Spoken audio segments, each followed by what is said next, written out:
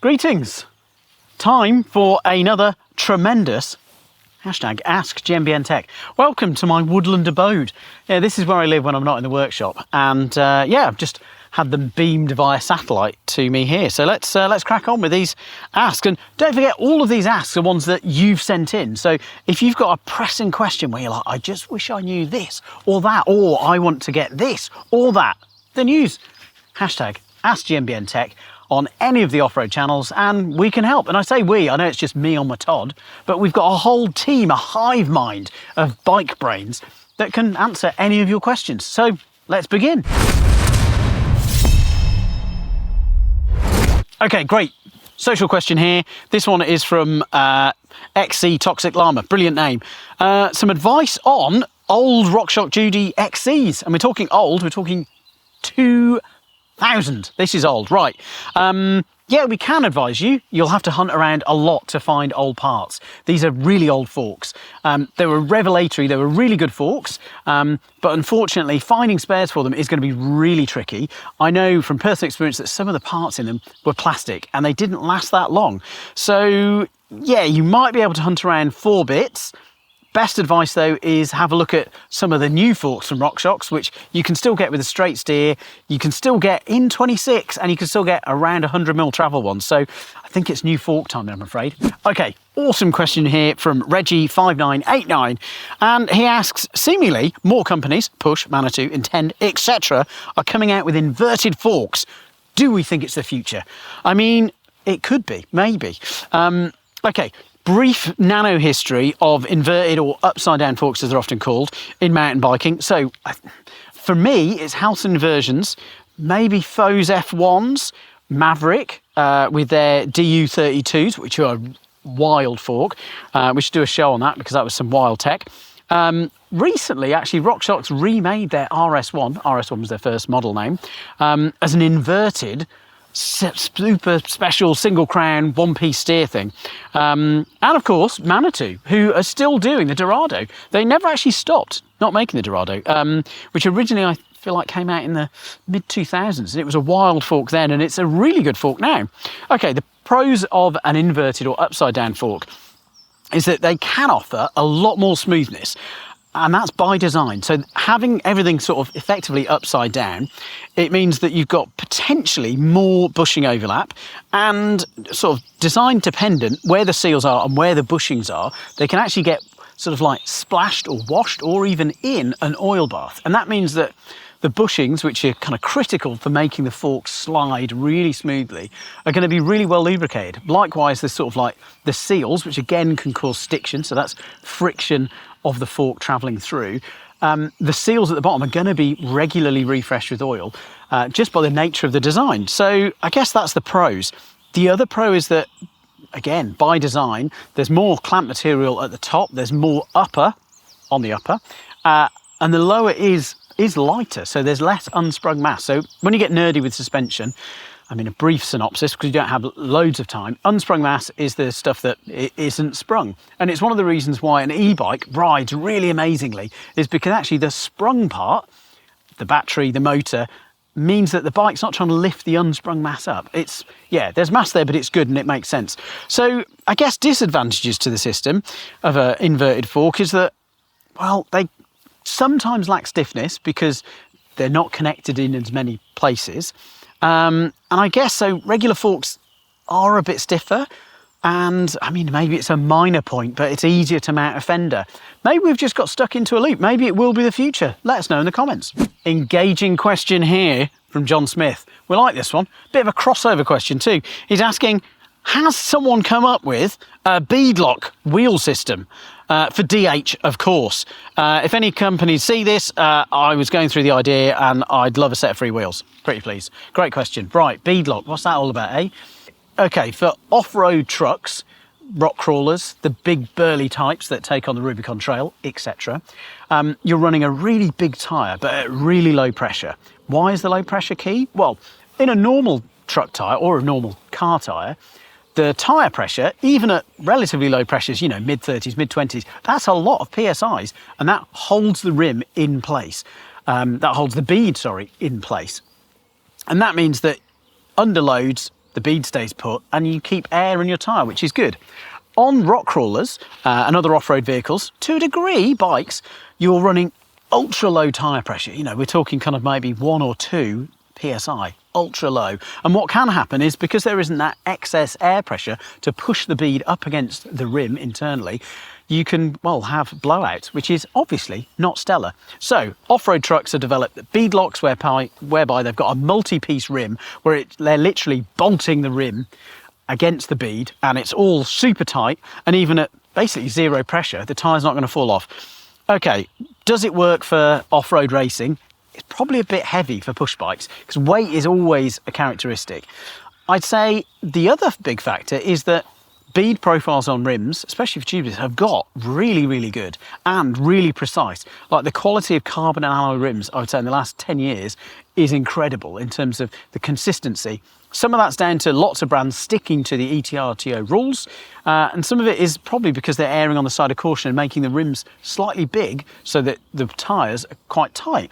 Tyres, yeah, tyres have gotten really tight on rims, and that's a really good thing, because if you do have a catastrophic blowout, in terms of you've got a massive sort of like lump of flint slashing your tyre, you don't want your tyre to fall off. And nowadays that doesn't happen. What I would say is, even if you've got a rim tyre combo that's fairly tight and is all tubeless set up correctly, extra rim tape does go a long way. I guess be mindful that you're not using too much, because sometimes you can almost snap tyre levers getting them on. I mean, personally, I don't think we need to see bead lock in mountain bike, yet another standard for rims, but tell me what you think. Do we need bead lock on mountain bikes? Do we need it on e-bikes? Do we need a bead lock system for rock crawler EMTBs? Let's chat to me. Talk to me in the comments. Fun question here from Doc Ollie. Hopefully you're a doc. Actually, aren't you on GCN? Right, cool. Tyre sealant and tubeless question. Love these, great. Okay, he's got a 2.4 tyre. Well, the question's on screen, you can read it. Effectively, he's removed the sealant, he's reset up the tyre, and he's a bit concerned that he's got more seepage through the sidewall. And yeah, it is a concern, but don't worry. I think what you've done is you've done a really good job of cleaning all that old sealant out of the tyre, and effectively the tyre just needs that sealant to kind of come through the sidewall again to seal it up. So just a brief sort of side story. Some tubeless ready tyres have really porous sidewalls, and they rely solely on the sealant to seal up the sidewall and the inside of the tyre. Early versions of UST and, well, quite a lot of the enduro and downhill and burlier trail tyres often have more butyl, more rubber on the inside basically, and they might not be fully airtight on the inside, but they're pretty good. Some of the lighter tam wall, super light cross-country tyres, that sidewall, sometimes you can see daylight through it, yeah, it's porous, and the brands are relying on lots of tyre sealant. So you've done a great job in getting rid of the old sealant. Why is that a good job, Owen? Because you're having to put more in. It's a good job because not all sealants play well together. Some brands of sealant do work. Some sealants actually work better with a top-up of another brand. But in general, it's really good practice just to get rid of all that old tyre sealant when you top up with new stuff. So, mechanic bonus point, if you get yourself a bucket, lie that tyre when you've set it up on its side. I say bucket because then it's level. Sit it for about an hour, maybe 2 hours, maybe even overnight. Flip it, leave the wheel on the bucket overnight again, and it should allow all of that sealant to seal up the sidewalls. Then you won't get this kind of weird pulling through of the sealant in the sidewalls. So yeah, great job, great question. Thank you.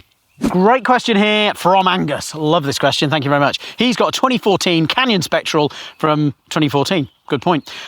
With Fox 32 forks. Can I get away with putting new technology in it? Well, hell yeah, of course you can. Yeah, I mean, take home messages, yes you can. There's some more caveats. So 2014 is a while ago, 10 years by my reckoning. And if you've kind of ridden your rad Canyon Spectral in a really nice way, and you've kind of looked after it, you've serviced it, and you've not rallied it like, I'm looking at Rich at the moment. He rallies a bike quite hard. So if you've been really good and gentle, yeah, it's well worth looking at maybe servicing the parts, maybe getting new shock, maybe getting new forks, maybe getting some new wheels. Because if the frame is in good condition, it's well worth upgrading it, and it's less stuff in landfill. But just be really careful that trail riding can be really hard, and if you've rallied that bike hard, well, there's been some really big innovations since your bike came out, and I would say a lot of it is down to geometry, and lots of people can get really nerdy about, oh, it's this head angle or this seat angle. The biggest take home is if you enjoy riding your current bike and it's in good state, keep riding it, you'll love it. But those newer bikes, like the Neuron, the new Neuron is effectively your bike, and you can get that for almost 2K. So depending on what forks you're looking at, you could get a whole new bike for, well, sort of a quarter of the price of upgrading your old bike. It's not normal that mechanic would say that. They'd always say just, yeah, keep upgrading, keep looking after your bike. But some of the new bikes and the current climate means that you can get some amazing bikes for your money. I guess the other thing is that, yeah, geometry has changed. And whilst you can get nerdy about that, the take home again is it can make riding a bike easier and the riding experience more fun. So do some research, but by all means, upgrade. Super question here from the, well, just keep shredding. What a great term. Love that. So yeah, indeed, keep shredding. Okay, his question is, he wants to get a Saracen Ariel 80, but 180 travel is a tad too much for me and me. Short travel is great. Would lowering the travel evenly, front and rear, affect the geometry badly? I chose this bike because I love the green it comes in. Okay, hoping that you haven't necessarily bought the bike, because yeah, the take home is no. Please don't do that. So no. I mean, longer answer. Okay. If you're kind of like short shocking, or you're putting a kind of like beefier fork, over forking, whereby let's say the bike is matched at 150 travel front and rear, and you put a 160 fork on, or maybe it's 130 and you put a 140 or 150 fork, within reason, and do check your manufacturer's warranty and all of those details. Within reason, yeah, there's some benefits. It can make it a bit slacker. It might be able to raise the bottom bracket. Short shocking your bike, so you're putting a kind of shorter eye-to-eye shock on it, means that you're going to lower bottom bracket, and you can do all of these things. And if you're playing with, 20 to 30 mil of play, it can work. And I say can work. Should you do it? Probably not. I would say the biggie is if you've got a 180 bike and you're trying to make it shorter, you're going to quickly crash into problems of bottom bracket height.